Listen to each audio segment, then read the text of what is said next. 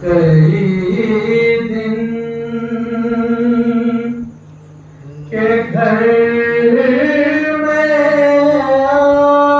آب نہ تھا،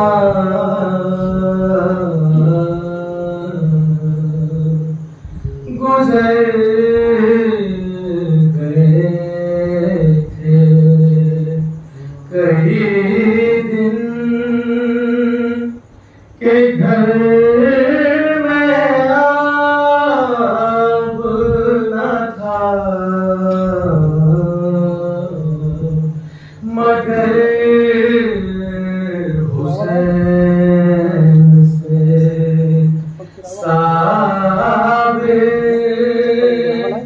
کوئی اضطراب نہ تھا، گزر گئے تھے۔ آتا پیاس کا کس طرح کر سکے گا کوئی، آتا پیاس کا کس طرح کر سکے گا کوئی، وہ تشنگی تھی کہ جس کا کوئی حساب نہ تھا، گزر گئے تھے۔ وہ برہنہ اونٹوں پہ سردانیاں تھی بلوے میں، برہنہ اونٹوں پہ سردانیاں تھی بلوے میں، وہ دیکھتے تھے، وہ دیکھتے تھے تماشا جنہیں حجاب نہ تھا، گزر گئے تھے۔ وہ فراق شاہ میں صغرا کو نیند کیا تھی، فراق شاہ میں صغرا کو نیند کیا آتی، وہ شب تھی کون سی کہ جب دل کو اضطراب نہ تھا، گزر گئے تھے۔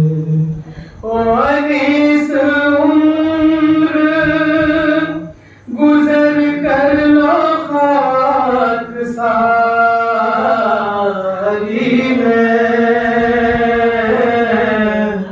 انیس عمر بسر کر لو خاک ساری میں، کہے نہ کوئی غلام ابو تراب نہ تھا، کہے نہ کوئی غلام ابو تراب نہ تھا، گزر گئے تھے۔ ماشاءاللہ ماشاءاللہ۔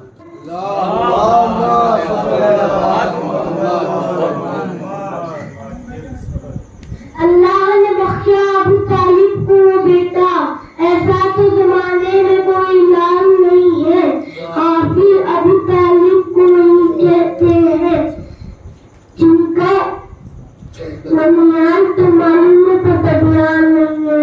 میں سنوں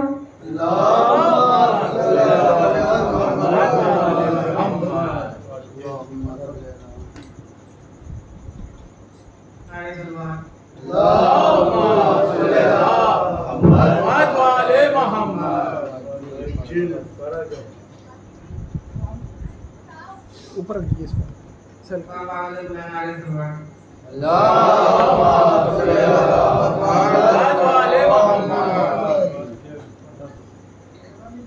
سنائی کس نے یہ زندہ میں لوری، سکینہ سو رہی ہے، سنائی کس نے زندہ میں لوری، سکینہ سو رہی ہے، خدا را زور سے بولے نہ کوئی، سکینہ سو رہی ہے، خدا را زور سے بولے نہ کوئی، سکینہ سو رہی ہے، کہاں والوں نے یہ اٹھو شہادی، ہوئی کیا بات جو مادر سے روٹھی، اٹھو بابا کا دل آیا ہے بیوی، اٹھو بابا کا دل آیا ہے بیوی، مگر زندان کی ہر دیوار بولی، سکینہ سو رہی ہے،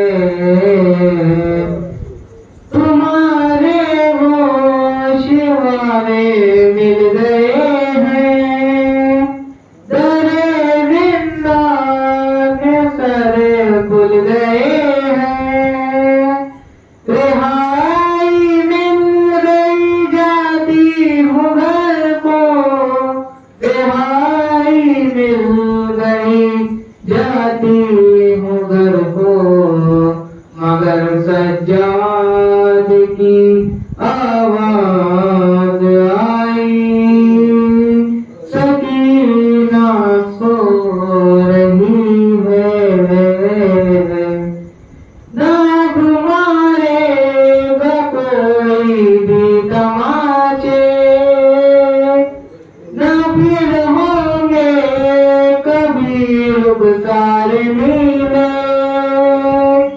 گلا باندھا نہ جائے گا رسن میں، گلا باندھا نہ جائے گا رسن میں، جو آیا شمر تو اس سے کہوں گی، سکینہ سو رہی ہے۔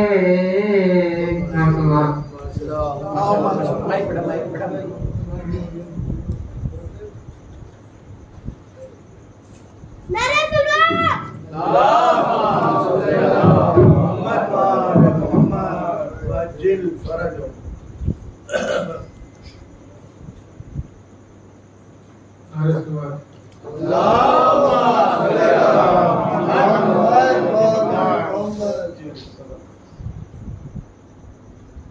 کاش مہے دیے دوران کا زمانہ دیکھوں، بار میں ہے در قیام کا کا چہرہ دیکھوں پھر اذان علی اکبر سے ہو آغاز سحر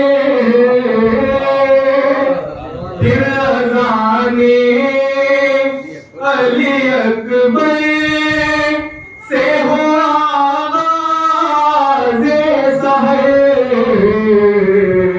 پیچھے مہدی کہ میں عیسیٰ کا مسلح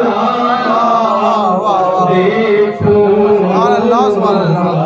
پیچھے مہدی کہ میں عیسیٰ کا مسلح دیکھوں پرچم حضرت عباس کو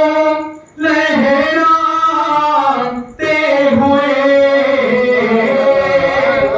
پرچم حضرت عباس کو لہراتے ہوئے میرے مالک میرے خالق سر کعبہ دیکھوں کاش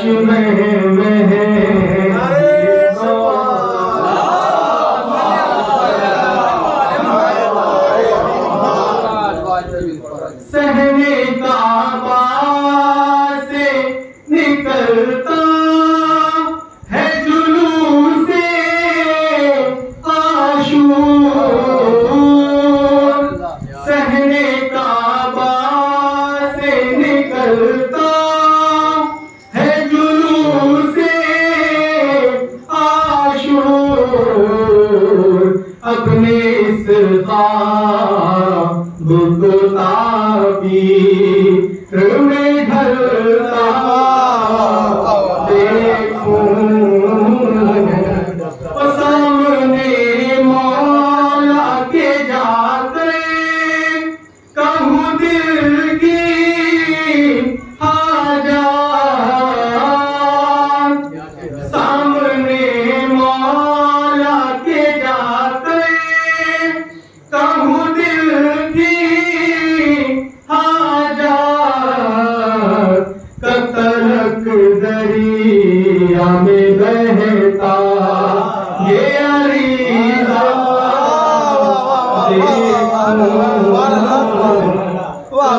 نعرہ حیدری نعرہ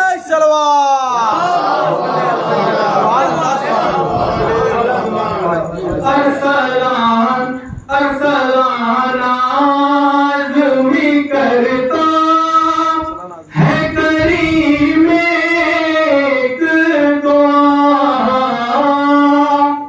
ارسلان آزمی کرتا ہے کریم ایک دعا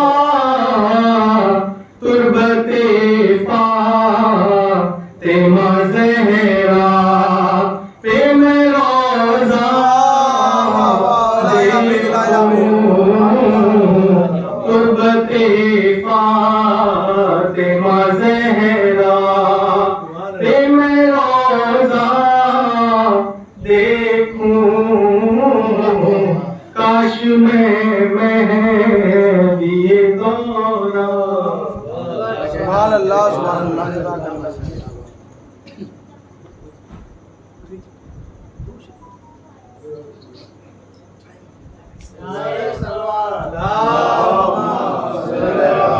محمد وآل محمد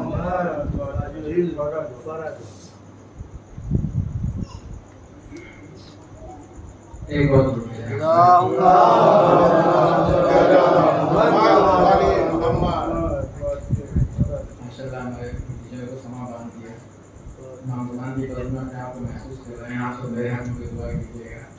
ایک مرتبہ نے امام رضا کی دعا یہ کہ مولا کے روزے میں جائیں آپ سب کو شامل کریں ایک درود بھیجیں محمد محمد استاد پیارے خان صاحب سے سنا کہ ہم میرے بندوں کے لیے دعا کریں. ایک اور درود بھیجیں حضرات. اللہم صلی علی محمد و آل محمد. کھلا جو باب شفا ہے رضا کے روزے پر، کھلا جو باب شفا ہے رضا کے روزے پر، وہ ہر ایک دکھ کی دوا ہے رضا کے روزے پر. کوئی سفر کوئی آفت کوئی مرض کوئی غم، کوئی سفر کوئی آفت کوئی مرض کوئی غم، علاج سب کا ملا ہے رضا کے روزے. واہ واہ واہ واہ واہ. علاج سب کا ملا ہے رضا کے روزے پر. او حرم میں ان کے اکیلا کوئی نہیں ہوتا، حرم میں ان کے اکیلا کوئی نہیں ہوتا. ہجوم اہل بلا ہے رضا محمد سلوات. ہجوم اہل بلا ہے رضا کے روزے پر.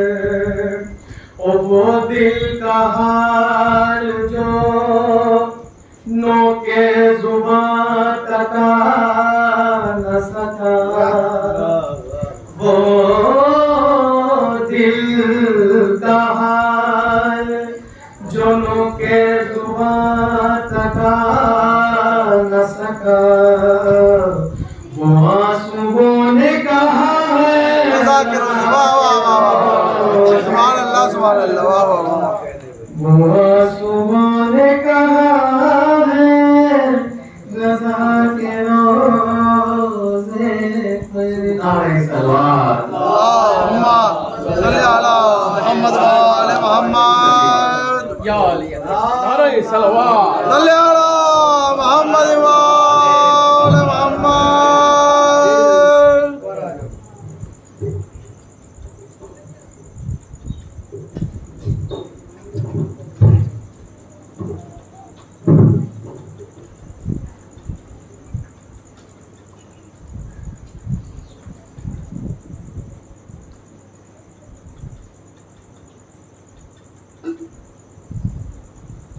نعرہ حیدری بر محمد و آل محمد صلوات.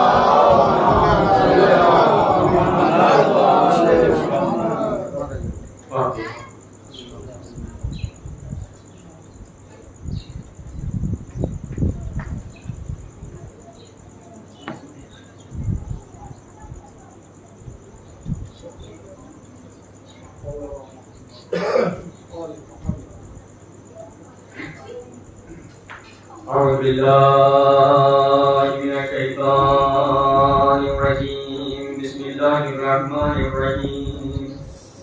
الحمد لله على ما أنعم وله الشكر على ما ألهم، والثناء بما قدم من عموم نعم ابتلاء، والسبوغ على يسراها وتمام منن فلاها، جمع الأسرى عددها بنايا للجزاء أماتها، وتفاوت عن الإدراك عبدها وندبا لاستزادتها بالشكر لاتصالها، واستعمد إلى الخلائق لإجزال صالحا وسنا بالندب إلى صالحا وأشهد أن لا إله إلا الله وحده لا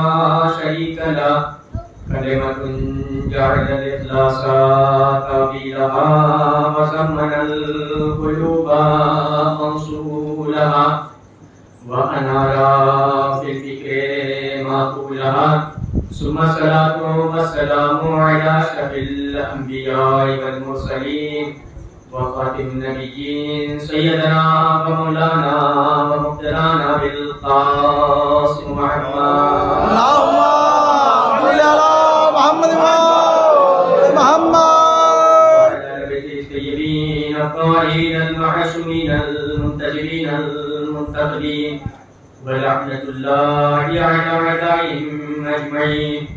أما بعد فقد قال الله تعالى في القرآن الكريم بسم الله الرحمن الرحيم إنما يريد الله ليذهب عنكم الرجس أهل البيت ويطهركم تطهيرا. اللهم صل على محمد محمد. قرآن مجید کا مشہور سورہ سورہ احزاب جس کی 33ویں آیت مبارکہ کی خلاف فصل کیا جسے آیت تطہیر کے نام سے جانا جاتا ہے. قرآن مجید کی کچھ ایسی آیات ہیں جو اپنے نوعیت کے اعتبار سے اتنی مشہور و معروف ہیں کہ جن کا بغیر سورے کے تعارف ہو جاتا ہے. کہنے کا مطلب یہ ہے کہ وہ آیتیں پڑھی جاتی ہیں ہم سمجھ لیا کرتے ہیں. جیسے آیت تطہیر ہے جب بھی تلاوت ہوتی ہے اس کی عظمت اور اس کی فضیلت کو سمجھ جاتی ہے. اسی طریقے سے آئے مباہلہ اشارت کا فمن حاج کافی ہے من بعد ما جاءک من العلم فقل تعالوا ندعو ابناءنا وابناءکم ونساءنا ونساءکم وانفسنا وانفسکم ثم نبتهل فنجعل لعنة الله على الكاذبین. اے میرے رسول اب اگر یہ علماء عیسائی آپ سے بحث کرے مباحثہ کرے جبکہ آپ کے پاس علم آ چکا ان سے کہہ دیجئے فقل تعالوا ندعو ابناءنا وابناءکم ہم اپنے بیٹوں کو بلائیں تم اپنے بیٹے کو بلاؤ وانفسنا وانفسکم ہم اپنے نفسوں کو بلائیں تم اپنے نفسوں کو بلاؤ ونسانا ونساکم وانفسنا وانفسکم ثم نبتهل فنجعل لعنة الله على الكاذبین. پھر اتحاد کر لیں یعنی مباہلہ کر لیں اللہ کی بارگاہ میں گر گرا کر دعا کریں اور جو جھوٹا ہوگا اس پر اللہ کی لعنت ہوگی. کہنے کا مطلب یہ ہے کہ آئے مبارکہ یا آئے مباہلہ اتنی مشہور ہے کہ ہم فوراً سمجھ جاتے ہیں کہ یہ آئے مباہلہ ہے. اسی طریقے سے آئے بلغ اشارت کا یا ایھا الرسول بلغ ما انزل الیک من ربک وَإِن لَّمْ تَفْعَلْ فَمَا بَلَّغْتَ رِسَالَتَهُ وَاللَّهُ يَعْصِمُكَ مِنَ النَّاسِ. اے میرے رسول اس پیغام کو پہنچا دو جو آپ کے پروردگار کی طرف سے آپ پر نازل کیا ہے. وَإِن لَّمْ تَفْعَلْ اگر آپ نے یہ پیغام نہ پہنچایا تو گویا رسالت کا کوئی کام انجام نہیں دیا. وَاللَّهُ يَعْصِمُكَ مِنَ النَّاسِ اللہ آپ کو لوگوں کے شر سے محفوظ رکھے گا بچائے گا. کہنے کا مطلب یہ آیات الہی اتنی مشہور ہے آیات قرآنی اتنی مشہور ہے کہ جنہیں آیات کے اعتبار سے ہم جانتے ہیں چونکہ سب اپنی جگہ پر عظیم ہے چاہے سورہ ہو یا آیات ہو. جیسے سورہ قرآن مجید کے سب سورے برابر ہیں لیکن ہر سورے کی تلاوت کرنے کا ثواب اور اس کا اجر الگ ہے. فرض کریے آپ یہ سورہ پڑھیے تو آپ کو دولت ملے گی, یہ سورہ پڑھیے تو آپ کو اولاد ملے گی, یہ سورہ پڑھیے تو آپ کو یہ نعمت ملے گی. قرآن کے سارے سورے برابر ہیں لیکن سب کی فضیلتیں اللہ نے الگ الگ بیان کیا ہے. قرآن مجید کے آیات میں سے یہ آیت جسے آیت تطہیر کہتے ہیں اس کی نوعیت الگ ہے. قرآن مجید آپ دیکھیں بعض وہ آیتیں ہیں کہ جہاں پہلے پروردگار اسلام پر نازل کی پروردگار کے رسول پر نازل ہوئی اس کے بعد پیغمبر نے عمل کیا. بعض وہ آیتیں ہیں کہ جہاں عمل پیغمبر نے پہلے کیا آیتیں بعد میں نازل ہوئی. قرآن مجید کی وہ آیتیں کہ جہاں بعض وہ ہیں کہ جہاں پہلے آیتیں نازل ہوئی بعد میں پیغمبر نے عمل کیا. جیسے آیت مباہلہ پہلے آیت نازل ہوئی اس کے بعد آپ مباہلہ میں تشریف لے گئے. یہ آیت بلغ یا ایھا الرسول بلغ یعنی آیت پہلے نازل ہوئی بعد میں پیغمبر نے تعمیل حکم کو انجام دیا. لیکن یہ آیت ایسی ہے کہ جہاں پیغمبر نے عمل پہلے انجام دیا، آیت بعد میں نازل ہوئی. آیت ترتیب عمل پہلے انجام دیا، بعد میں آیت نازل ہوئی. ایسا نہیں ہے کہ اللہ نے کہا کہ پیغمبر اپنے بدن میں زور محسوس کرو، در زہرا پر جاؤ، بیوی سے کہو چادر دے دو، چادر اڑو، پچھتر پاک جمع ہو جائیں، اس کے بعد ہم ملک کو بھیجیں گے. یعنی فرشتے کو اور سید الملائکہ جا کر اس آیت کی تلاوت کرے گا. ایسا نہیں ہے، ایسا نہیں ہے، بلکہ پیغمبر نے یہ سارے کام پہلے انجام دیے، آیت بعد میں آئی. لیکن اس منظر و پس منظر سے یہ بات معلوم ہوتی ہے کہ پیغمبر کو ان تمام باتوں کا علم پہلے تھا. اسی طریقے سے پیغمبر اس طریقے سے عمل انجام دے رہے تھے. یعنی پیغمبر کو پہلے ہی سے پتا تھا کہ یہ ساری چیزیں انجام دی جائیں، اس کے بعد یہ آیت نازل ہوئی. آیت کہاں آئی آپ بہتر جانتے ہیں، جناب ام سلمہ کی. آپ خود بیان فرماتی ہیں ہمارے گھر میں، ہمارے گھر کو شرف حاصل ہے کہ آیت ہمارے یہاں نازل ہوئی. لیکن اہتمام عجیب کیا گیا. اس سے پہلے جتنی بھی آیتیں آئیں، چاہے میدان میں ہو، سفر ہو، حشر ہو، گھر ہو، مدینہ ہو، مکہ ہو، ایسا اہتمام نہیں کیا گیا. کھلے ہوئے میدان میں اعلان کر دیا گیا. لیکن یہاں گھر میں گھر بنا کر اعلان کیا جا رہا ہے. سنتے رہتے، گھر میں گھر بنا کر اعلان کیا جا رہا ہے. اگر اللہ چاہتا تو یہ چادر کا گھر بنانے کی ضرورت نہیں تھی، بلکہ بی بی ام سلمہ کے گھر میں ہی اعلان ہو جاتا. یہ چادر میں گھر بنانے، یعنی چادر کا گھر بنانے کی ضرورت کیا تھی؟ یقیناً اگر گھر میں اعلان ہوتا تو اس اعلان کو منتشر کر دیا جاتا.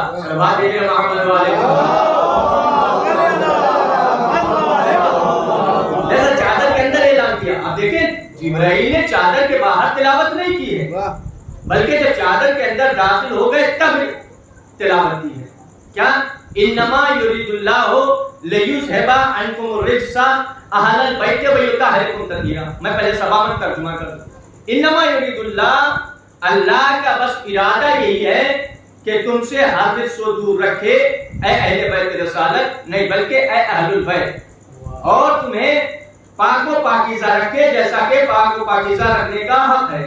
اس آیت مبارکہ میں اکثر علماء کرام سے سنتے رہتے ہیں. میں نے جیسا کہ امریکہ میں بیان کیا کہ اعلان یہاں لفظ کلمہ حسر سے ہوا ہے. انما یرید اللہ، بے شک یعنی فقط اور فقط اللہ کا ارادہ یہ ہے کہ تم سے حد سے دور رکھے. ارادہ کس کا ہے؟ اللہ کا. دیکھیں اللہ کے دو طرح کے ارادے ہوتے ہیں. ایک ارادے تکوینی کہلاتا ہے، ایک ارادے تشریعی کہلاتا ہے. یہ اصطلاح ہے لیکن گھبرانے کی ضرورت نہیں ہے. ایک ارادے تکوینی ہوتا ہے، ایک ارادے تشریعی ہوتا ہے. ارادے تکوینی قرآن میں اللہ نے فرمایا کہ اذا اراد اللہ شیئا ان یقول له کن فیکون. جب اللہ کسی چیز کو بنانے کا ارادہ کرتا ہے تو وہ کن کہتا ہے اور وہ شے ہو جاتی ہے. یہ اسے ارادے تکوینی کہتے ہیں. یعنی ادھر اللہ نے کسی چیز کا ارادہ کیا، ادھر وہ شے بن گئی. کن، قرآن کے ہے کن فیکون، وہ کن کہتا ہے اور وہ شے ہو جاتی ہے. دیکھیں یہ چیز ہمیں سمجھانے کے لیے کہی گئی، ورنہ اللہ ان کا بھی محتاج نہیں ہے. یہ ہمیں بتانے کے لیے، یہ لفظ ایک تعبیر ہے ہمیں سمجھانے کے لیے کہ وہ کن کہتا ہے اور وہ شے ہو جاتی ہے، ورنہ ان کا بھی محتاج ہے. اس لیے کہ بھائی کسی بھی چیز کو کہنے کے لیے کم سے کم سامنے کسی کا ہونا ضروری ہے. بھائی جس چیز کے بارے میں آپ کہہ رہے ہیں یا جس سے کہہ رہے ہیں تو اس کا وجود تو ہونا چاہیے. ابھی شے پیدا نہیں ہوئی، اللہ کہہ رہا کہ ہو جاتی ہے، تو کس سے کہہ رہا ہے؟ یہ ہمیں سمجھانے کے لیے. ورنہ اللہ کو یقیناً کن کہنے کی بھی ضرورت نہیں ہے، بلکہ وہ ارادہ کرتا ہے اور شے ہو جاتی ہے. ارادہ کرتا ہے، شے ہو جاتی ہے. دیکھیے ہمارے ارادے میں اور اللہ کے ارادے میں بہت بڑا فرق ہے. ذرا سمجھے توحید کے بارے میں. میں زیادہ آپ کو الجھاؤں گا نہیں، جلدی باتیں عرض کرنے کی کوشش کروں گا.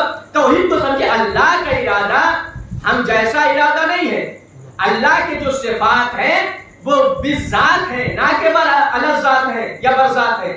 اللہ کے جتنے بھی صفات ہیں وہ بذات ہیں، یعنی اس کے صفات اس کی ذات سے جدا نہیں ہے. جیسے علم ہے، بھائی ہم عالم ہوتے، پیدا ہوئے جاہل تھے، پڑھ لکھ کر عالم ہو گئے. ہم بڑے ہوئے شجاعت ہو گئے، قادر ہو گئے. لیکن یہ اللہ کے یہاں ایسا بالکل تصور نہیں ہے، بلکہ جیسا علم ہے ایسا نہیں ہے کہ علم اور ہے اللہ اور ہے. نہیں، جو اللہ ہے وہی علم ہے، جو علم ہے وہی اللہ ہے، جو قدرت ہے وہی اللہ ہے، جو اللہ ہے وہی قدرت ہے۔ پہلے اللہ کے علم کو سمجھے کہ اللہ کا علم کب سے ہے؟ جب سے اللہ کا علم ہے تب سے ارادہ ہے، تب سے ارادہ ہے، تب سے ان کی طہارت کا اعلان ہوا ہے۔ توجہ چاہ رہا ہوں، اللہ کا علم کیسا؟ اللہ کا ہمارا جیسا علم نہیں ہے۔ شہزادی خطبہ فلک میں جہاں اپنے باپا کے فضائل بیان کرتی ہے، وہاں بطول نے فرمایا ہے، پورا فضائل بیان کیا ہے پہلے اپنے باپا کے، اشہد ان نبی محمد عبدہ و رسولہ اختارہ وانتجبہ قبل ان ارسلہ وسماہ قبل ان اجتبلہ واصطفاہ قبل ان ابتعثہ اذ الخلائق بالغیب مکنونہ وبستر مسونہ وبنہایت العدل مقرونہ۔ وہاں بھی فرماتے علم من اللہ تعالیٰ بمائل الامور، جو بھی امور دنیا میں ہونے والے تھے سب اللہ کے علم تھے۔ میں نے وہ لفظیں نہیں پڑھی جو پیغمبر اسلام کی فضیلت کے بارے میں بیان کی، کیونکہ میں عشرے میں بیان کر چکا ہوں۔ بطول نے پہلے اپنے بابا کے فضائل بیان کیا، اس کے بعد فرمایا کہ جو بھی دنیا میں امور ہونے والے تھے وہ سب کے سب اللہ کے علم میں تھے۔ یعنی دنیا کا نظام یا دنیا اللہ جو خلق کرے گا یا جو بھی دنیا میں آئے گا وہ سب کے سب اللہ کے علم میں تھا۔ ہاں یہ اور بات ہے کہ جب وہ کسی چیز کو بناتا ہے تو نہ وہ نقشے کا محتاج ہوتا ہے، نہ مٹیریل کا محتاج ہوتا ہے، نہ کسی اور نہ مشورے کا محتاج ہوتا ہے۔ بھئی اس کی خلقت کے یہی تو امتیاز ہے کہ جب وہ کسی چیز کو بناتا ہے تو بنانے کے لیے وہ کسی کا محتاج نہیں ہوتا ہے۔ ہم جب کسی چیز کو بناتے ہیں بہرحال محتاج ہوتے ہیں۔ اس نے ارادہ کیا، اچھا یہاں چونکہ طہارت کا، اب اس نے سب سے پہلے کیا ارادہ کیا یہ تو الگ مسئلہ ہے، لیکن جب اس نے ارادہ کیا ہوگا تو سب سے پہلے کسی چیز کا ارادہ کیا ہوگا۔ کس کا ارادہ کیا ہوگا؟ تو اگر دیکھیں تو پیغمبر خود فرماتے ہیں اول ما خلق اللہ نوری، سب سے پہلے اللہ نے میرے نور کو خلق کیا۔ اس کا مطلب یہ ہے کہ سب سے پہلے اللہ نے جو ارادہ کیا ہوگا محمد کی خلقت کا ارادہ کیا ہوگا، محمد عربی کی خلقت کا ارادہ کیا ہوگا۔ اچھا اس سلسلے میں بہت ساری حدیثیں، یہاں انسان آ کر کنفیوز ہو جاتا ہے کہ پیغمبر نے فرمایا کہ سب سے پہلے اللہ نے میرے علم کو خلق کیا۔ ایک مقام پر ارشاد ہوتا ہے کہ اول ما خلق اللہ العلم، اللہ نے سب سے پہلے علم کو خلق کیا۔ ایک مقام پر ارشاد ہوتا ہے اللہ نے سب سے پہلے عقل کو خلق کیا۔ ایک جگہ ارشاد ہوتا ہے کہ سب سے پہلے نور کو خلق کیا، اور یہاں پیغمبر فرما رہے کہ اللہ نے سب سے پہلے میرے نور کو خلق کیا۔ اب تین چار چیزیں ہو گئی، اللہ کہیں فرما رہا ہے کہ میں نے سب سے پہلے علم کو خلق کیا، کہیں فرمایا کہ میں نے سب سے پہلے نور کو خلق کیا، بعض حدیثوں میں ہے کہ کہیں فرمایا کہ میں نے سب سے پہلے قلم کو خلق کیا، سب سے پہلے میں نے علم کو خلق کیا۔ پیغمبر فرماتے ہیں کہ سب سے پہلے میں نے اللہ نے میرے نور کو خلق کیا۔ بھئی کوئی ایک ہی شے ہوگی جو سب سے پہلے ہوگی، ایسا تو نہیں ہے کہ علم ہو سب سے پہلے بھی، نور بھی ہو سب سے پہلے، قلم بھی ہو سب سے پہلے، علم نور محمد ہو سب سے پہلے، یہ تو نہیں ہو سکتا۔ ایک ہی چیز ہو سکتی ہے جو سے پہلے خلق کیا گیا ہو۔ غالباً ہمارے چھٹے امام حضرت امام جعفر صادق علیہ السلام سے جب معلوم کیا گیا مولا وجہ کیا ہے، ہم نے یہ مختلف حدیثیں دیکھی جہاں اللہ کہہ رہا کہ سب سے پہلے میں نے علم کو خلق کیا، سب سے پہلے میں نے عقل کو خلق کیا، سب سے پہلے میں نے نور کو خلق کیا، سب سے پہلے میں نے عقل کو خلق کیا، اور سب سے پہلے پیغمبر فرماتے ہیں اللہ نے میرے نور کو خلق کیا۔ یہ کیسے ہو سکتا ہے؟ کوئی تو ایک چیز ہوگی جو سب سے پہلے خلق ہوئی ہوگی۔ اگر اللہ نے علم کو سب سے پہلے خلق کیا تو نور نہ خلق ہوا ہوگا، اگر نور کو سب سے پہلے خلق کیا تو عقل نہ خلق ہوئی ہوگی، اگر عقل کو سب سے پہلے خلق کیا تو پیغمبر اسلام کے نور کو خلق نہ کیا ہوگا۔ یہ کیسے ہو سکتا ہے کہ اللہ کہہ رہا کہ میں نے یہ خلق کیا، سب سے پہلے یہ خلق کیا، اول یہ خلق کیا، اول یہ خلق کیا؟ پیغمبر کے فرزند نے کہا گھبرانے کی بات نہیں ہے، یہاں سارے نام محمد عربی کے ہیں۔ سلام علیہ محمد علیہ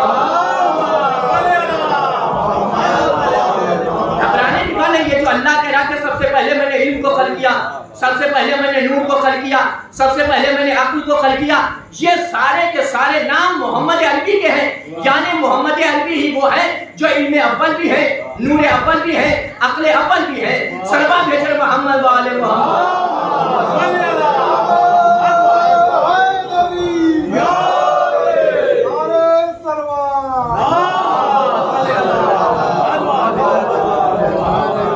سب سے پہلے پیغمبر اسلام کی ذات کو خلق کیا، جس کا نام آپ نور لے لیجیے، اول نور پیغمبر اسلام، اول علم پیغمبر اسلام، اول عقل پیغمبر اسلام۔ تو ذرا سوچیں جس اول عقل ہو، جو اول عقل ہو، کیا وہ اس طرح ہو سکتا ہے کہ طرح مختصر سے علالت کے عالم میں اس کے ذہن پر اثر ہو جائے. میں سوچنا چاہیے جو اول عقل ہو, اللہ نے اول عقل پیغمبر کو بنایا. اچھا سوچنے کی بات ہے کہ جو اول مخلوق ہو, کیا اس میں عیب پایا جا سکتا ہے؟ کیا اس میں کمی پائی جا سکتی ہے؟ کیا اس میں ریب پایا جا سکتا ہے؟ جب اللہ کی پہلی مخلوق میں کمی باتیں ہو جائے گی تو بعد کی مخلوق کے بارے میں آپ کیا کہیں گے؟ سبحان میرے محمد والے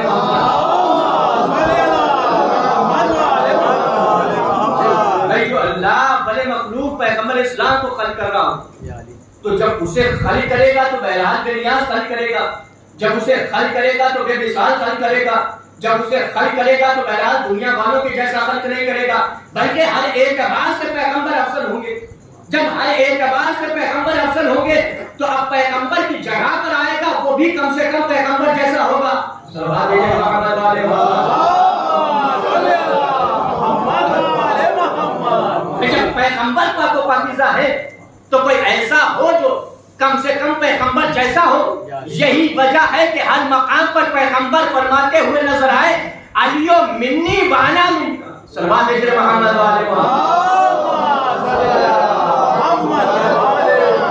یہ جگہ نے بہت مقامات پہ فرمایا کہ علیو منی وانا منکا, علی مجھ سے ہے میں علی سے ہوں. اور اس کے سلسلے میں خود سورہ توبہ اور سورہ برات کی جب تبلیغ کی باری آئی تو آپ سنتے رہتے ہیں, مجھے واقعہ پورا فرض نہیں کرنا ہے. بہرحال پیغمبر نے لیا اور لینے کے بعد علی کو دے دیا, کہا کہ میں کیا کروں, اللہ کا حکم آیا تھا, اللہ نے فرمایا کہ یا تو آپ خود تبلیغ کرنے چاہیے یا اسے بھیجیے جو آپ جیسا ہو. سورہ برات کی جب تبلیغ کی باری آئی تو پیغمبر نے کہا میں کیا کروں, اللہ کا حکم ہے یا تو آپ تبلیغ کرنے چاہیے یا اسے بھیجیے جو آپ جیسا ہو. اب چونکہ سورہ برات کی تبلیغ کہاں کرنا ہے, مشرکوں کے درمیان میں کرنا ہے, مشرکین کے درمیان میں تبلیغ کرنا. اور سورہ برات وہ ہے جو مشرکین کے خلاف آئے ہیں. مسئلہ بہت مشکل تھا, سب نے بیان کیا. غالباً 7,500 مشرکین کے مجمع میں تنہا علی گئے ہیں تبلیغ کرنے کے لیے. 7,500 مشرکین غالباً محدث دہلوی نے بیان فرمایا. اس میں تنہا علی بن ابی طالب سورہ برات کی تلاوت کرتے ہیں, تلاوت کرتے ہیں, ادھر تلاوت کرتے ہیں, ادھر مشرکین مچل رہے ہیں, غیظ میں آ رہے ہیں, جلال میں آ رہے ہیں. تاریخ نے منظر یہ لکھا کہ مشرکین کے ہاتھ تلوار کے دستے پر جا رہے تھے, ایسا لگ رہا تھا کہ اب تلوار نکلے اور علی کو قتل کر دے, ایسا لگ رہا تھا کہ اب تلوار چلے علی قتل ہو جائے. ایک مرتبہ علی تلاوت کرتے کرتے ٹھہرتے ہیں اور ٹھہرنے کے بعد کہتے ہیں کہ تلوار چلانا شوق سے چلانا, توجہ چاہ رہا ہوں, تلوار چلانا شوق سے چلانا, لیکن یہ ذہن میں رہے کہ آج وہ میرے ساتھ نہیں ہے جو میرا ہاتھ پکڑ لیا کرتا تھا. سلوات میرے محمد والے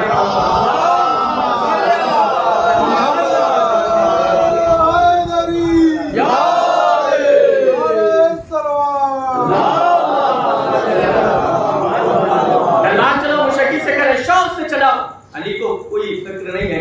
لیکن یاد رہے کہ اگر تلوار چل گئی تو خطابت کے انداز میں کہوں اتنے سر کٹیں گے کہ تمہارے گھروں میں تمہارے بیویوں کے سروں پر بیوگی کی چادر ڈالنے والا کوئی مرد باقی نہیں ہے. کیوں, یہ شجاعت اللہ نے دیا تھا. تو عزیزو جیسے علی ہیں ویسے پیغمبر اسلام, جیسے پیغمبر اسلام ہے ویسے علی ہیں. لیکن یہ علی کی یقیناً دیانتداری اور مزاج کی معیاری ہے کہ پوری زندگی کبھی بھی علی نے یہ نسبت نہیں دی کہ میں پیغمبر اسلام. تو عزیزو اللہ نے ارادہ کیا, انما یرید اللہ, اللہ کا ارادہ ہے. تو ایک ارادہ تکوینی ہوا. ارادے تکوینی ہر حال میں ہو کر رہے گا, کیونکہ ہمارا ارادہ تھوڑی ہے. اللہ جس چیز کا ارادہ کر لے گا وہ ہو کے رہے گا. ارادے تکوینی جہاں کن فیکون کی منزل سمجھانے کے لیے ادھر اللہ نے ارادہ کیا ادھر وہ شے ہو گئی. ایک ہوتا ہے ارادے تشریعی, ایک ارادے تکوینی, ایک ارادے تشریعی. ارادے تشریعی کسے کہتے ہیں, یعنی شریعت کے احکام پر عمل کرنا. دو طرح کے ارادے ہوتے ہیں, ایک ارادے تکوینی یعنی اللہ کا ارادہ جو اللہ نے اپنے پاس رکھا, ایک ارادے تشریعی ہوتا ہے جو اللہ نے بندوں کو عطا کیا ہے, بندوں کو عطا کیا ہے. لیکن وہ ارادے تشریعی بندوں کو کیسے ملتا ہے, ایسے ہی نہیں ملتا ہے, بلکہ وہاں کردار کو بنانا پڑتا ہے. پہلی منزل ہے لا الہ الا اللہ, اس زبان کو ادا کیجئے تو یقیناً اللہ آپ کے ارادے میں پختگی عطا کرتا رہے گا. یہ کلمہ لا الہ الا اللہ بھی بڑا عظیم کلمہ ہے کتنا عظیم کلمہ ہے. بی بی خود فتن میں خطبے میں فرماتی ہیں اشہد ان لا الہ الا اللہ کلمۃ جعل الاخلاص تعبیرها وزمن القلوب موصولها وانار فی الفکر معقولها. بطول فرماتی ہے وہ کلمہ توحید ہے کہ جس کے ذریعے عقل روشن ہوتی ہے. لا الہ الا اللہ وہ ہے کہ جس کے ذریعے عقل روشن ہوتی ہے. عقل روشن ہوتی ہے. دیکھیں انسان جو بھی سوچتا ہے عقل کے ذریعے غور و فکر کرتا ہے. جتنا اچھا سوچے گا اتنا اچھا بیان کرے گا. انسان جتنا اچھا سوچے گا اتنا اچھا بیان کرے گا. اور جب کثرت سے بیان کرے گا تو اس پر وہ عمل کرے گا. اور جب وہ عمل کرے گا تو وہ اس کی سیرت ہو جائے گی.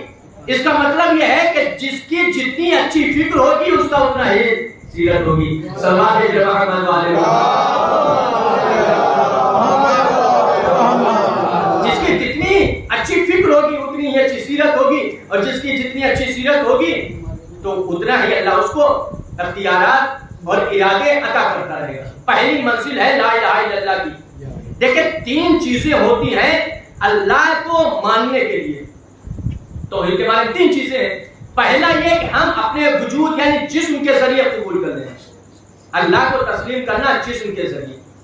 لیکن کیا جسم ہی کے ذریعے ماننا اللہ کو کافی ہے یا کسی بھی چیز کو کم سے کم 3 چیزیں ہوتی ہیں. لیکن چونکہ میں توحید کے بارے میں گفتگو کر رہا ہوں اس لیے میں عرض کر رہا ہوں. پہلی منزل ہے جسم کے ذریعے ہمارے اعضاء و جوارح اللہ کے لیے تو جیسے نماز پڑھتے ہیں. یہ بھی عظمت ہے اسلام میں. جناب ابراہیم علیہ السلام کا واقعہ بہت مشہور ہے. بارہا سنا ہوا ہوگا کہ آپ کی خلت ایسے ہی مشہور نہیں ہے بلکہ روایتوں میں ملتا ہے آپ اس وقت تک کھانا ہی نہیں کھاتے جب تک کہ کوئی مہمان نہیں آتا تھا. جناب ابراہیم خلیل اللہ کی جو خلت مشہور ہے ایسے ہی نہیں ہے. آپ اس وقت تک کھانا ہی نہیں تناول فرماتے تھے جب تک کوئی مہمان نہیں ہوتا. اگر مہمان نہیں نکلتا تو چوراہے پہ جا کر بیٹھ جاتے تھے. انتظار کرتے تھے کہ کوئی مہمان آئے اور ہمارے دسترخوان پر بیٹھ کر کھانا کھائے. یہ جناب ابراہیم خلیل اللہ کی روایت میں ملتا ہے. ایک بار دیکھا کہ کوئی مہمان نہیں ہے جا کے چوراہے پر کھڑے ہو گئے انتظار کرنے لگے کہ کوئی مہمان آئے تو اسے دسترخوان. دیکھا کہ چند لوگ آئے. اب جو چند لوگ آئے ان کے مذہب تو تھے ہم مذہب تو تھے اسلام نہیں قبول کیا تھا ان لوگوں نے غیر اسلام تھے. اب جب جیسے ابراہیم نے دیکھا کہا کہ بھائی اگر ہو سکے تو ہمارے گھر دسترخوان بچھا ہوا ہے آ جائیے. لوگوں نے کہا ٹھیک ہے چلیں گے کوئی بات سنا نہیں. لیکن جناب ابراہیم کا بس اتنا آپ کو کرنا پڑے گا ہمارے وعد اللہ شریک کے سامنے اپنے سر کو جھکانا پڑے گا. دسترخوان بچھا ہوا ہے بس آپ اتنا کر دیجئے گا کہ اپنا سر جھکا دیجئے گا. سب نے سوچا کہ جہاں اتنے خداؤں کو مانتے ہیں کہ سامنے صرف سر ہی تو جھکانا ہے دل سے تھوڑی ماننا ہے.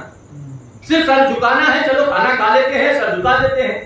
آئے کھانا کھایا کھانا کھانے کے بعد سر سجدے میں سر رکھا. جیسے ہی سجدے میں سر رکھا ادھر جناب ابراہیم نے ہاتھوں کو دعا کے لیے ہاتھوں کو بلند کیا.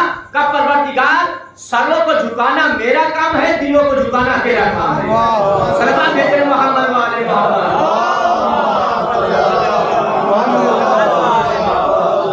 سروں کو جھکانا میرا کام ہے دلوں کو جھکانا تیرا کام. ٹھیک ہے سر کی بھی اثر لیکن صرف سر جھکتا ہو یہ کافی نہیں. تو پہلے جسم کے ذریعے اللہ کو ماننا.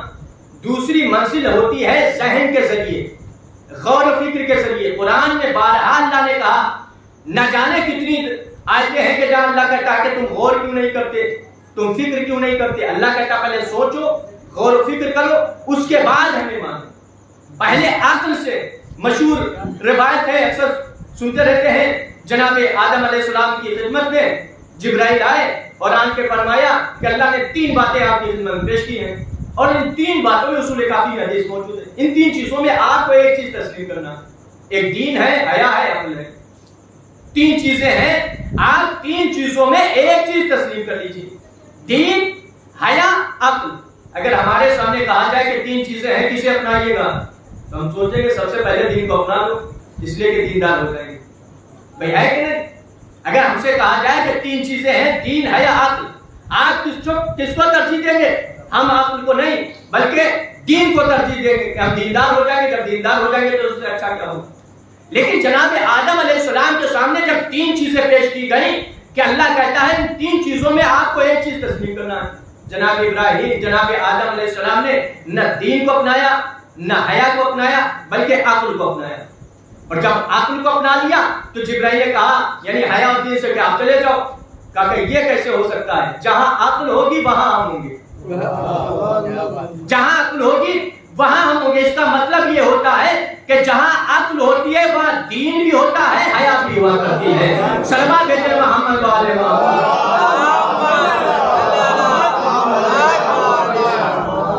جہاں عقل ہوتی ہے وہاں دین بھی ہوتا ہے اور حیا بھی ہوا کرتی ہے. تو عقل کا بھی بہت زیادہ, لیکن عقل ہی کافی نہیں ہے.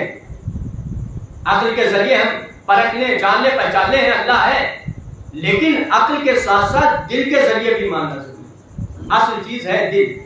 اس لیے قرآن میں بھی اعلان ہوتا ہے کہ اہل پیغمبر یا اہل اسلام آتے ہیں اور یہ اہل عرب آتے ہیں. وقالت الاعراب آمنا, اہل عرب کہتے ہیں کہ تم پر ایمان لائے.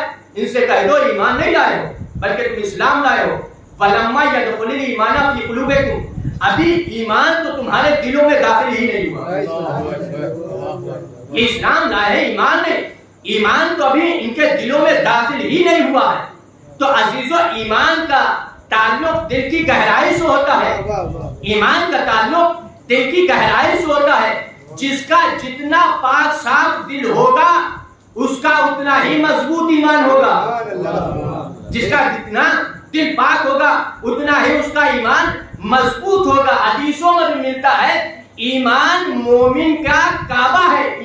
مومن کا دل کعبہ ہے. توجہ چاہ رہا ہوں, مومن کا دل کعبہ ہے. تو عزیزو, اللہ کہاں رہتا ہے؟ اب اگر چاہتے ہیں کہ اللہ آپ کے دل میں آ جائے تو اپنے دل کو کعبہ بنائیے.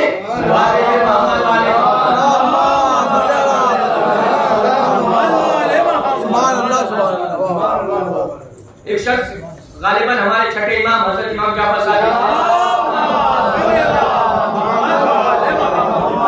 دیکھیے معصومین ہمیں اور علماء نے اختیار دیا ہے کہ اگر کسی معصوم کی حدیث نہیں پتا ہے تو آپ نسبت نہیں دے سکتے, آپ امام کہہ دیجئے کافی ہے, معصوم کہہ دیجئے کافی ہے. ایک شخص آیا, کہا کہ اے فرزند رسول ہم دعا کرتے ہیں لیکن ہماری دعا قبول نہیں ہوتی ہے. کہا کہ تم زبان سے صرف اللہ کو پکارتے ہو, تم لفظ اللہ زبان پر ادا کرتے ہو, لیکن تم مسمى سے واقف نہیں ہو. تم زبان سے پکارتے ہو, دل کی گہرائی سے پکارو, دیکھو اللہ تمہاری دعا قبول کرے گا کہ نہیں. صلوات علیہ محمد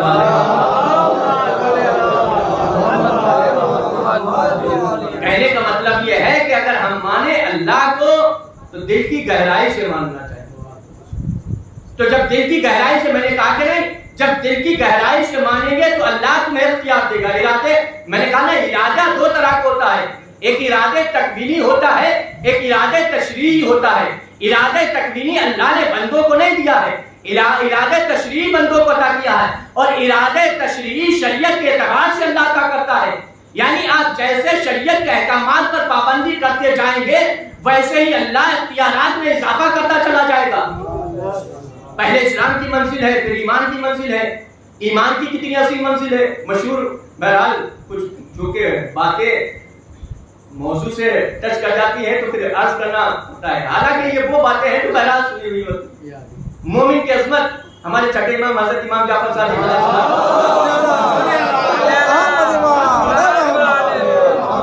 خدمت میں آتا ہے شخص اور کہتا ہے یار اے فرزند رسول بتائیں کہ مومن کا حق اللہ پر کیا ہے. یہ نہیں کہ اللہ کا حق مومن پر کیا ہے, نہیں, مومن کا حق اللہ پر کیا ہے. فرمایا کہ اللہ پر مومن کا حق یہ ہے کہ اگر مومن اشارہ کر دے تو درخت اپنی جگہ چھوڑتا ہوا نظر آئے. مومن کا حق اللہ پر یہ ہے کہ اگر مومن چاہے تو درخت اپنی جگہ چھوڑتا ہوا نظر آئے. ایمان نے مثال کے طور پر یہ گفتگو کی تھی کہ درخت اپنی جگہ چھوڑتا ہوا نظر آئے. سلوات بھیجے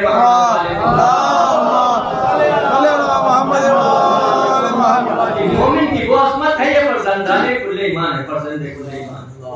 تو مومن کی عزیزوں بڑی عظمت ہے.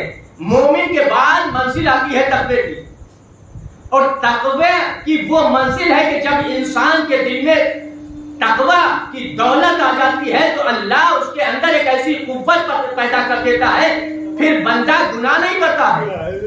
متقی کی بڑی عظمت ہے. سوچنا چاہیے, اپنے دامن میں یا گریبان میں جھانکنا چاہیے, دلوں کا مطالعہ کرنا چاہیے. ہم اذان میں کہتے ہیں اشہد ان امیر المؤمنین و امام المتقین, یعنی رب کا ایمان و تقوی. آپ متقی کی عظمت سمجھیے. جب متقی انسان ہوتا ہے تو انسان اللہ ارادے میں اختیارات عطا کرنا شروع کر دیتا ہے. اور اس متقی کے بعد کی منزل آتی ہے عارف کی, عرفان کی. اور عرفان کے بعد کی منزل وہ آ جاتی ہے کہ جو وما تشاؤون الا یشاء اللہ کی منزل پر فائز ہو جاتا ہے. وہ کرتے ہیں جو اللہ چاہتا ہے. توجہ چلو, یہ کب ہوتا ہے؟ جب اللہ کا قرب بندہ حاصل کر لیتا ہے. میں نے کہا نہیں کہ ارادے دو طرح کے ہوتے ہیں, ایک تشریعی ارادہ, ایک تکوینی ارادہ. تکوینی ارادہ اللہ نے اپنے پاس رکھا ہے, تشریعی ارادہ اللہ نے بندوں کو عطا کیا ہے. کہا کہ دیکھو ہم نے تمہیں اختیار دیا ہے, جتنا تم ہمارا قرب عطا کرتے چلے جاؤ گے, جتنا تم ہمارا قرب حاصل کرتے جاؤ گے, ہم تمہیں اختیارات عطا کرتے چلے جائیں گے. جتنا تمہیں قرب حاصل ہوگا اتنا تمہیں اختیارات مل جائیں گے. میں پوچھنا چاہتا ہوں کہ کون ہے دنیا میں جو یہ بتائے کہ ہمارے پاس اللہ کا قرب ہے, اللہ کا اختیار ہے, اللہ کا قرب ہے. آپ خود سوچے, اس کے پاس اللہ کا قرب ہوگا جو یہ کہتا ہوا نظر آئے اللہ میں تیرا قرب چاہتا ہوں, یا اس کے پاس قرب ہوگا جس سے اللہ کہتا ہوا چاہتا ہو اے محمد میں تیرا قرب چاہتا ہوں. سلمان بھیجے محمد والے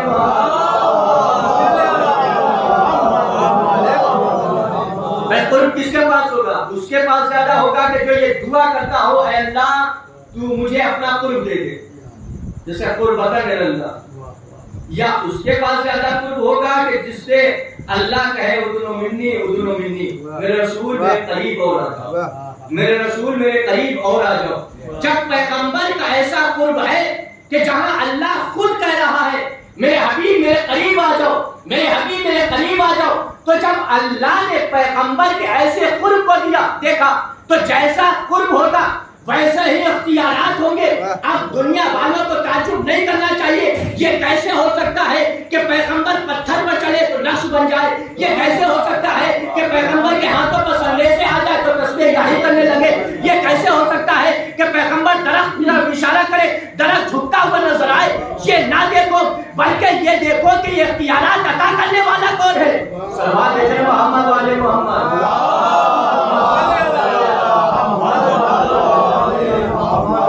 دیکھو اختیارات کون دے رہا ہے؟ اللہ اختیارات دے رہا ہے. کس بنا پر دے رہا ہے؟ قرب کی بنا پر. اب اللہ نے جو یہاں بیان فرمایا کہ ارادہ تشریع اب انسان کو شوق اختیار ہے. اگر آپ چاہتے ہیں کہ صفات الہی آپ کے اندر پیدا ہوں تو اللہ کے قرب کو حاصل کیجیے. اگر چاہتے ہیں آپ اللہ کے صفات آپ کے اندر پیدا ہو جائیں تو آپ اپنے اندر قرب الہی عطا حاصل کیجیے. اور قرب الہی دولت و ثروت سے نہیں ملتی ہے آپ جا کے خرید لے آئیں, نہیں. قرب الہی کردار کو بنانا پڑے گا, کردار کو بنانا پڑے گا. جس کا جتنا عظیم کردار ہوگا اس کا اتنا ہی قرب ہوگا, اور جس کے پاس جتنا قرب ہوگا اس کے پاس اتنے ہی اختیارات ہوں گے.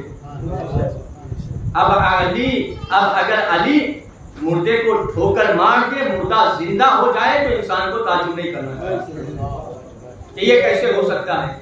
یہ قرب الہی کی بنا پر سارے کام ہو جاتے ہیں. یہ ہوتا ہے تشریعی ارادے تشریع. کیا ارشاد ہوتا ہے کہ میں نے آیت کا ترجمہ بھی مکمل نہیں کیا. انما یرید اللہ, بے شک یعنی فقط اور فقط, یا انما یرید اللہ لیذھب, اللہ کا ارادہ بس یہی ہے لیذھب کہ دور رکھے انکم الرجس, تم سے رزق کو. میں نے بات کیا اس کا رزق کیا ہے. قرآن میں بہت ساری آیتیں ہیں جہاں اللہ نے رزق کو بیان کیا.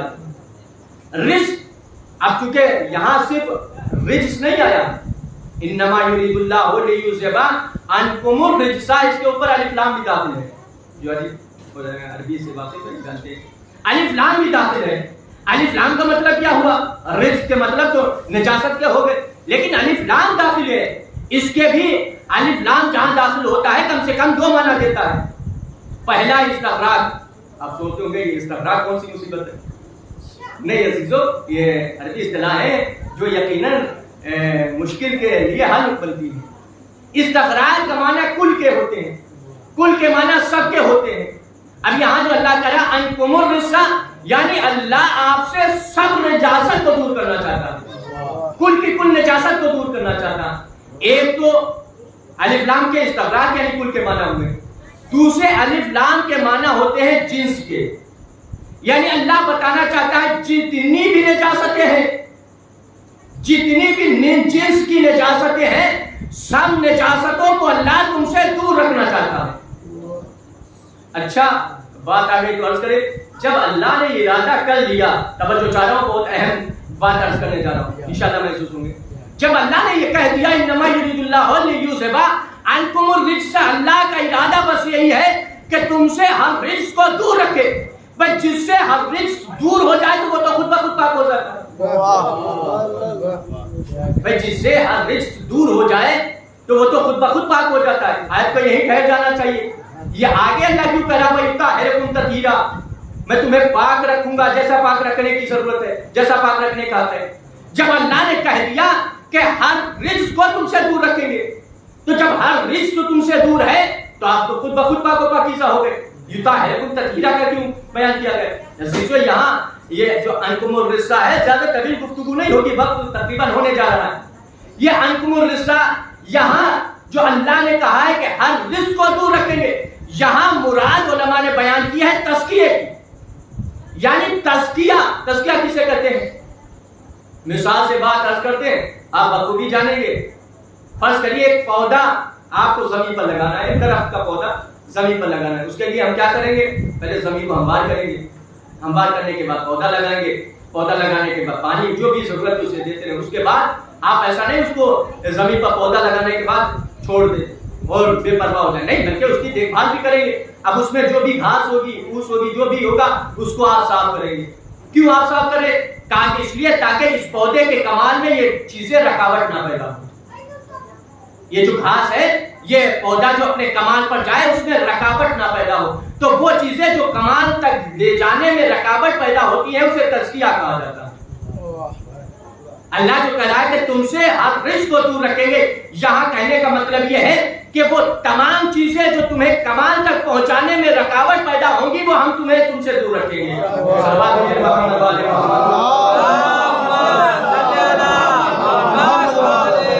یہاں جو اللہ نے کہا ہے کہ عنکم الرجس، یعنی وہ تمام چیزیں جو کمال تک پہنچنے میں درمیان میں حائل ہو جائیں گی، ہم ان تمام چیزوں کو دور رکھیں گے۔ اب الرجس سے تمام نجاستیں مراد لے لی جاتی، وہ ہے یقیناً اللہ نے وعدہ کیا ہے کہ وہ تمہارے قریب نہیں آئے۔ اس کے بعد اللہ نے کہا وَيُطَهِّرُكُمْ تَطْهِيرًا، پہلے وعدہ تزکیہ نفس کا، اس کے بعد اللہ نے کہا ہم تمہیں پاک و پاکیزہ رکھیں گے جس طرح پاک و پاکیزہ رکھنے کا حق ہے۔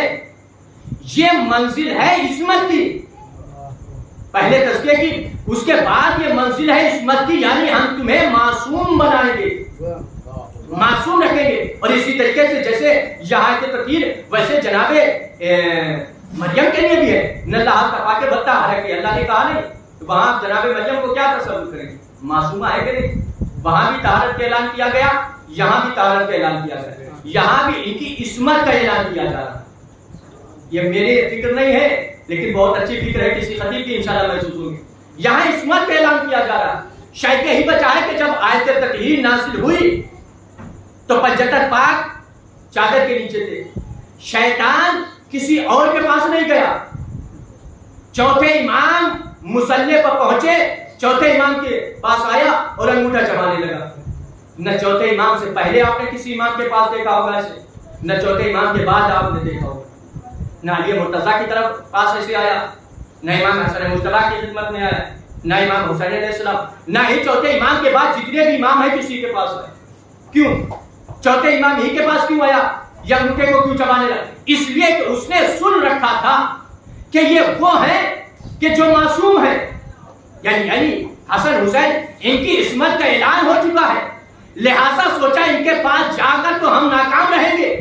اور اسے نہیں پتا تھا چوتھے امام کی خدمت میں گیا، وہ سوچا رہا تھا کہ یہ عبادت گزار ہے لیکن عام لوگوں کی طرح عبادت گزار ہے۔ لیکن اللہ نے جب اعلان کیا تھا آیت تطہیر میں، اور جب پنجتن پاک جمع ہو گئے تو وہاں تعلق کیا ہوا تھا؟ ہم فاطمہ و ابوہا و بالوہا و بنوہا آیا ہے۔ بھائی بنوہا کہتے ہیں کم سے کم 3 بیٹے، جبکہ چادر میں 2 بیٹے تھے۔ یعنی اللہ بتانا چاہتا ہے یہ آیت تطہیر دو بیٹوں کے لیے نہیں بلکہ آئمہ دہار کے لیے آئی ہے.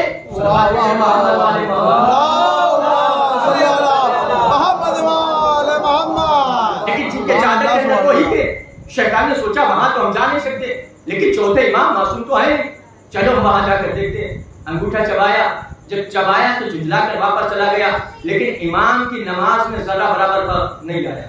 چونکہ یہ معصوم ہے، یہ کسی شیطان کے بہکاوے میں نہیں آ سکتے. جو معصوم ہوتا ہے وہ تمام گناہوں سے پاک و پاکیزہ ہوتا ہے، اللہ اسے عصمت عطا کرتا ہے. اور یہ امام کیوں گھبرائیں، کیوں پریشان ہو؟ جب میں امام آواز دے، جب میرا جج بچپن میں کلے حضرت کے ٹکڑے کر سکتا ہے تو اس کا ہوتا کیوں گھبرائے؟ کیونکہ شیطان حضرت کی شکل میں آیا تھا. بس اسی دو انما یرید اللہ، بے شک تمہارا، بے شک اللہ کا بس ارادہ یہی ہے کہ تم سے ہر رزق کو دور رکھے، جیسا کہ دور رکھنے کا تو وہی ہے تم تقیرہ، اور تمہیں ایسا پاک و پاکیزہ رکھے جیسا کہ پاک و پاکیزہ رکھنے کا حق ہے. حالانکہ ترجمے میں بہرحال انسان نے اپنے علم کی زور آزمائی کی، پاک و پاکیزہ رکھے یہ بنائے، لیکن ہم سب یہ جانتے اور مانتے ہیں کہ یہاں ترجمہ یہی ہوگا کہ پاک و پاکیزہ رکھے. اور اس آیت کی تشریح جیسے علامہ نقل صاحب کی غالباً کسی نے عرض نہیں، اس آیت کی تشریح جیسے انہوں نے بہت خوب اور اچھی مثال بیان کی کہ اگر آپ یہ تصور کریں کہ یہاں تو لطاہرکم کا ترجمہ ہی یہی ہوتا ہے، پاک کریں تو پاک رکھے کیوں؟ تو انہوں نے بہت ساری مثالیں قرآن میں دی ہیں، اور قرآن کی نیوز میں ایک مثال یہ دی ہے کہ قرآن میں اللہ کہتا ہے وَالسَّمَاءَ رَفَعَهَا، یہ قرآن میں اس کے سورہ رحمان کی آیت ہے کہ وہاں آپ ترجمہ کیا کریں؟ وَالسَّمَاءَ رَفَعَهَا، اللہ نے آسمان کو اونچا کیا. تو کیا پہلے آسمان نیچا تھا جو بعد میں اللہ نے آسمان کو اونچا کیا؟ بھئی ترجمہ کیا کریں؟ آپ اگر ترجمہ کریں اللہ نے آسمان کو بلند کیا تو کیا پہلے نیچا تھا بس تھا بعد میں بلند کیا؟ کہا نہیں، یہاں مراد یہ ہے کہ اللہ نے آسمان کو بلند ہی پیدا کیا، آسمان کو اونچا ہی پیدا کیا. جیسے آسمان کے لیے اللہ نے کہا کہ میں نے آسمان کو اونچا ہی پیدا کیا، ویسے ہی اللہ کہہ رہا ہے ہم نے ان کو پیدا ہی پاک و پاکیزہ کیا. سلام کہتے ہیں محمد والے محمد.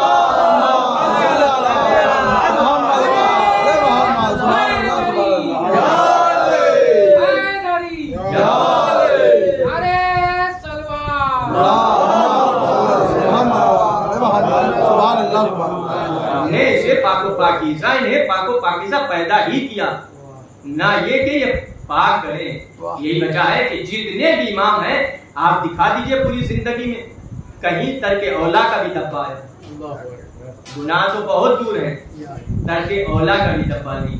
یہ تو یہ ان کے یہاں یقیناً رہنے والے بھی اس نقطۂ عروج پر پہنچ جاتے ہیں کہ ان کے دامن بھی ترک اولا نہیں. معصوم نہیں لیکن زندگی معصوم جیسی آپ کو نظر آئے گی. معصوم نہیں ہے لیکن زندگی معصوم جیسی آئے گی نظر. ان میں سے بہت سی مثالیں، ان میں خصوصاً ایک مثال بی بی زینب. معصوم نہیں ہے لیکن کردار معصوم جیسا ہے. اور اس سے عظیم عظمت کیا ہو سکتی ہے جو امامت جیسی عظیم شخصیت کو جلتے ہوئے شعلوں میں اپنے دوش پر بڑا عظیم کارنامہ انجام دیا ہے. بس آپ گریہ کرنے کے لیے ہمارا کربلا کا وہ معرکہ ہے جو یقیناً مصائب کی بے انتہا، لیکن کربلا میں مصائب اٹھے کہ کربلا کے بعد مصائب کی نوعیت کچھ اور ہو جائے. یہ قلب بی بی زینب اور قلب سید سجاد ام کلثوم تھا جو اس طریقے سے مصائب کرتا ہے. لیکن چونکہ بی بی زینب نے بھیا سے وعدہ کیا تھا بھیا گھبراؤ نہیں، ہم تمہارے مقصد کو پہنچائیں. یہی وجہ ہے کہ آپ دیکھیں میں نے مسائل میں عرض کیا کہ زینب کربلا کے میدان میں ہر شہید پر بے ہوش ہوئی ہے، گریہ کیا تو بے ہوش ہو جاتی. لیکن حسین ابن علی کی شہادت کے بعد زینب بے ہوش نہیں ہوئی. کیوں؟ اس لیے کہ مولا امام حسین کے مقصد کو پہنچانا. ہاں عزیزو، حسین کربلا کے میدان میں شہید ہو گئے. حسین کی ذمہ داری بی بی زینب کے حوالے ہے. سب کو بچا کر بی بی زینب.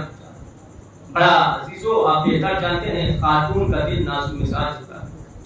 لیکن یہ بطول ہیں، اللہ جانے کیسا قلب تھا کہ کیسی کیسی مصیبتیں شہزادی نے برداشت. عزیزو، یہ لٹا ہوا قافلہ 11 محرم سے کربلا سے چلا. آخرکار وفات آیا کہ یہ قافلہ راستوں کی صحبتیں برداشت کرتا ہوا زندان شام پہنچ گیا. زندان شام آپ سنتے رہتے، یہ وہ زندان ہے کہ جہاں دن کی دھوپ پڑا کرتی تھی، رات کی اوس. آپ سوچیے اور تصور کریں وہ بیویاں کہ جن کے چہرے کو کبھی سورج نے نہ دیکھا ہو، آج وہی بیویاں برہنہ سر زندان شام میں موجود ہیں. بی بی سکینہ روز معلوم کرتی تھی، پھوپھی اماں ہم گھر کب جائیں گے، پھوپھی اماں گھر کب جائیں گے. پرندوں کو دیکھتی تھی، پوچھ لیتی تھی بیٹا سر بھیا سچار یہ پرندے کہاں جا رہے ہیں، بہن اپنے اپنے گھر جا رہے ہیں، بھیا کیا ہم گھر نہ جائیں گے. عزیزو، جس کے دل کی تمنا تھی گھر کی، سب گھر پہنچ گئے لیکن سکینہ گھر نہ پہنچی. سکینہ زندان شام میں رہ گئی، رہائی مل گئی. یہ لٹا ہوا قافلہ کربلا ہوتے ہوئے شام پہنچ گیا. عزیزو، یہ لٹا ہوا قافلہ کربلا سے مدینہ پہنچ گیا. مدینے میں عالم یہ تھا اب زینب ہے جو کربلا کے مسائل بیان کرتی ہے. مدینے کا عالم یہ ہے کہ زینب کربلا کے مسائل بیان کرتی ہے. روایت میں ملتا ہے یہ قافلہ جب کربلا پہنچ گیا، زینب مدینہ پہنچ گیا، زینب نے اپنے نانا کے مزار پر بھی جا کر مرثیہ پڑھا، اماں کی تربت پر بھی فریاد سنائی. بھیا سب کو سنانے کے بعد اب سید سجاد کے یہاں بھی زینب ہے. جناب عبداللہ آ کے فرماتے ہیں بیٹا سجاد اپنی پھوپھی سے کہو کہ اب تو ہمارے گھر چلے. ایک مرتبہ جیسے ہی سید سجاد کہتے ہیں پھوپھی اماں، پھوپا آئے تھے اور کہہ رہے تھے کہ زینب سے کہو کہ اب تو ہمارے گھر چلے. ایک مرتبہ زینب فرماتی سجاد چلنے میں کوئی قباحت نہیں ہے، لیکن بیٹا سجاد جب اس گھر سے میں اپنے گھر جایا کرتی تھی تو میرے ساتھ میرا بھیا عباس ہوا کرتا تھا، میرے ساتھ میرا بھیا عباس ہوا کرتا تھا. سید سجاد فرماتے پھوپھی اماں گھبراؤ نہیں، آج سجاد عباس بن جائے گا. ہاں زادارو، سید سجاد بحیثیت عباس بہن کو اپنے باپ نے گھر پہنچا دیا. ہاں ایک مقام پر جہاں عباس جاتے تھے وہاں ٹھہرے، زینب کو رخصت کر دیا. سید سجاد گھر واپس آ گئے. زینب گھر میں آئی، ایک مرتبہ اتنے میں جناب عبداللہ نے کیا دیکھا کہ کوئی بی بی ہے کہ جو یقیناً سر ڈھکا ہوا ہے لیکن ضعیفہ معلوم دے رہی ہے. پوچھا بی بی کیا تم راستہ بھول گئی ہو؟ ارے یہ تو زینب کا گھر ہے. ایک مرتبہ جیسا ہی سنا زینب نے طلب کر یہ جملہ فرمایا عبداللہ ارے یہ کوئی اور نہیں ہے بلکہ تمہاری زوجہ زینب ہے. ہاں میں نے اختصار کیا، جو زینب کوفہ اور شام کے منظر میں کبھی بھی اپنے بچوں پر گریہ نہیں کیا، لیکن جیسے ہی حجرے میں کمسن مسلوں کو دیکھا، ایک مرتبہ کربلا کا رخ کیا ہے اور محمد مسلح خالی ہے کیا آ کر عبادت نہیں کرو گے؟ بس عزیز ایک روایت ہوا. ہاں زینب مدینے میں ہے. ایک وقت وہ آیا کہ اب بی بی زینب و فضہ یہ دوبارہ شام میں پہنچی. میں نے تمام باتوں کو مختصر کیا. جب شام میں پہنچی زینب نے فرمایا ہونا فضہ بہت دن ہو گئے اپنی بہن کے اپنی بیٹی کی تربت کا دیدار نہیں کیا، چلو شام چلتے ہیں زندان شام میں اپنی بچی کی تربت پر جا کر فریاد کریں گے، سنائیں گے. ایک مرتبہ زینب میں کچھ زینب ہے، جناب فضہ ہے اور بھی شخصیتیں ہیں، ساتھ ساتھ چلے. جیسے زندان شام میں پہنچی کیا دیکھا کہ تربت سکینہ پہ کوئی شخصیت ہے جو بیٹھی ہوئی لوریاں سنا رہا ہے. کوئی ہے جو تربت سکینہ پر لوریاں سنا رہا ہے. ایک مرتبہ زینب کہتی ہے فضہ دیکھو ہمارا کوئی محب ہے، ہمارا کوئی چاہنے والا ہے جو سکینہ کی تربت پر لوریاں سنا رہا ہے. فضہ جاؤ اس سے کہہ دو کہ تمہارا بڑا احسان ہوگا تھوڑی دیر کے لیے تربت چھوڑ دے، اس لیے کہ زینب مدینے سے آئی ہے، اپنی بچی سے ملنے کے لیے آئی ہے. فضہ کہتی ہے اے آنے والے تیرا بہت بڑا احسان ہوگا لیکن تربت کو چھوڑ دو، اس لیے کہ مدینے سے زینب آئی ہے اپنی بچی سے باتیں کرنے کے لیے، لیکن تربت پر بیٹھنے والا کوئی کلام کا جواب نہیں دیتا ہے. ایک مرتبہ جناب فضہ فرماتی ہے شہزادی وہ شخص تربت کو نہیں چھوڑ رہا ہے، روضہ سکینہ کو نہیں چھوڑ رہا. ایک مرتبہ جناب زینب کہتی جاؤ کہہ دو ارے علی کی بڑی بیٹی زینب آئی ہے. جیسا یہ فرمایا پھر بھی وہ شخص ہے جو تربت سکینہ کو نہیں چھوڑتا. ایک مرتبہ زینب کو جلال آ گیا، اما فضہ جاؤ کہ تمہارا بہت بڑا احسان، لیکن زینب عباس کی بہن آئی ہے سکینہ سے ملنے کے لیے. جیسے یہ سنا نقاب الٹ دیا